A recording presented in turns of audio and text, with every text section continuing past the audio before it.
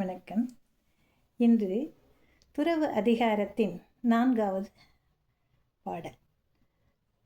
இப்போ துறவுன்னா நம்ம எல்லோரும் இப்போ இந்த 2-3 குறள்லேயே நான் சொல்லிட்டேன், எது மேலேயுமே நமக்கு ஆசை இருக்கக்கூடாது அப்படிங்கிறத நான் சொல்லியிருக்கேன்.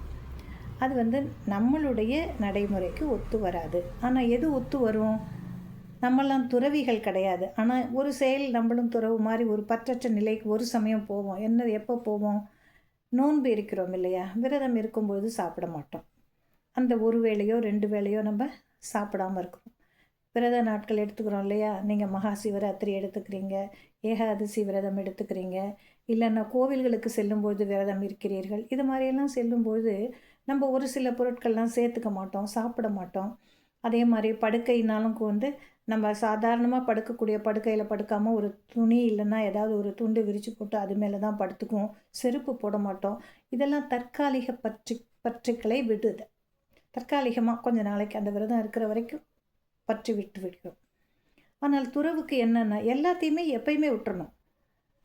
எப்பயுமே சுகம், மகிழ்ச்சி அப்படின்னு எந்தெந்த பொருளெல்லாம் நம்மளுக்கு தருதோ அது அத்தனையும் ஒட்டு மொத்தமாக கைவிட்டு விட வேண்டும். அதுதான் பற்றற்ற நிலை.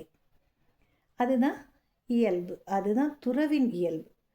நமக்கு நோன்பு தான் இயல்பு இல்லையா? அப்போ தான் நம்ம கொஞ்ச நாளாவது கட்டுப்பாடாக இருக்கிறோம்.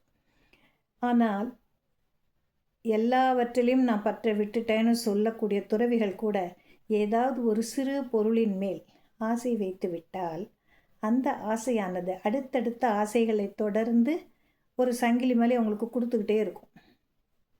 சரியா? அப்படி கொடுக்கும் பொழுது பற்று எங்கே நீங்கிறது? பற்று நீங்க போவது கிடையாது.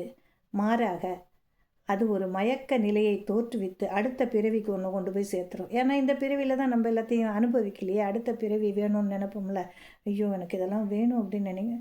அது மாதிரி நீ போயிடுவாடா. உனக்கு ஒரு மயக்க நிலையை கொடுத்து உனக்கு எந்த ஒரு நன்மையும் செய்யாது. பற்றற்ற நிலையாக அது கருதப்பட மாட்டாது அப்படிங்கிறது இந்த குறள்.